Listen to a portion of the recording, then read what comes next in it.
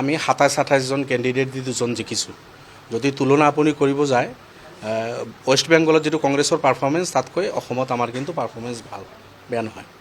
কিন্তু সেইটোলৈ আমি সন্তুষ্টি লোৱা নাই। নিৰ্বাচন বেয়া হৈছে, আমি নতশিৰে মানি লৈছোঁ জনগণৰ মত। জনমতক মানে আমি সন্মান জনাই যিটো বিপৰ্যয় হৈছে সেইটো আমি স্বীকাৰ কৰিছোঁ। নিশ্চিতভাৱে অনাগত দিনত আমি জনগণৰ ওচৰত আৰু ভালদৰে যাম। জনগণৰ সমস্যা লৈ আমি যোৱা 20টা বছৰে অবিৰতভাৱে যুঁজি আছোঁ। অসমত আপোনালোকে দেখিছে সংখ্যালঘু সংখ্যাগুৰু নিপীড়িত মানুহৰ কাৰণে এই দলে কাম কৰি আছে।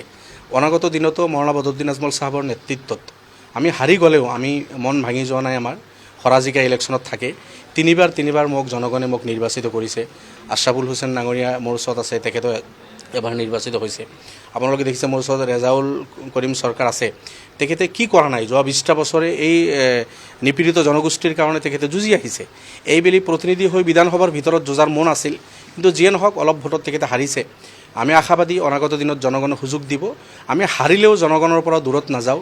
আমি জনগণৰ মাজত থাকি অসমৰ বিভিন্ন জাতি জনগোষ্ঠী বিশেষভাৱে সংখ্যাগুৰু সকলো শ্ৰেণীৰ নিপীড়িত মানুহৰ কাৰণে আমি যুঁজি যাম। আৰু বাকী থাকিল যিটো জনমত সেইটোক আমি স্বীকাৰ কৰিছোঁ, আৰু কিহৰ কাৰণে হৈছে তাৰ কাৰণে আমি পৰ্যালোচনা কৰিম। নিশ্চিতভাৱে অনাগত দিনত সেইখিনি ভাল কৰাৰ কাৰণে আমি চেষ্টা কৰিম। কংগ্ৰেছে বিজেপিৰ লগত ইলেকশ্যন খেলা নাই। কংগ্ৰেছে বিজেপিৰ লগত ইলেকশ্যন খেলিলে যে আপাৰ আছামৰ পৰা 2-4-5জন বিধায়ক পালেহেঁতেন, কিন্তু এজনো বিধায়ক পোৱা নাই।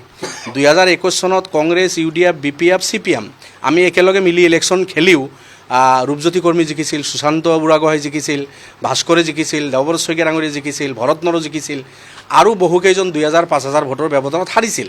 কিন্তু কংগ্ৰেছে আমাক ব্লেম দিলে যে আমাৰ লগত থাকিলে বোলে আপাৰ আছামত ভোট কমে, তেখেতসকলৰ সদস্য নাহে। এতিয়া আমাৰ লগত সম্পৰ্ক ছেদ কৰি অখিল গগৈ আৰু লুৰিণ গগৈৰ লগত মিলি কংগ্ৰেছে নিৰ্বাচন খেলি শূন্য হ'ল। পাহাৰত আপাৰ আছামত উত্তৰ বেল্টত শূন্য হ'ল কংগ্ৰেছে। আৰু এইটো এতিয়া কংগ্ৰেছে বুজিব। এতিয়া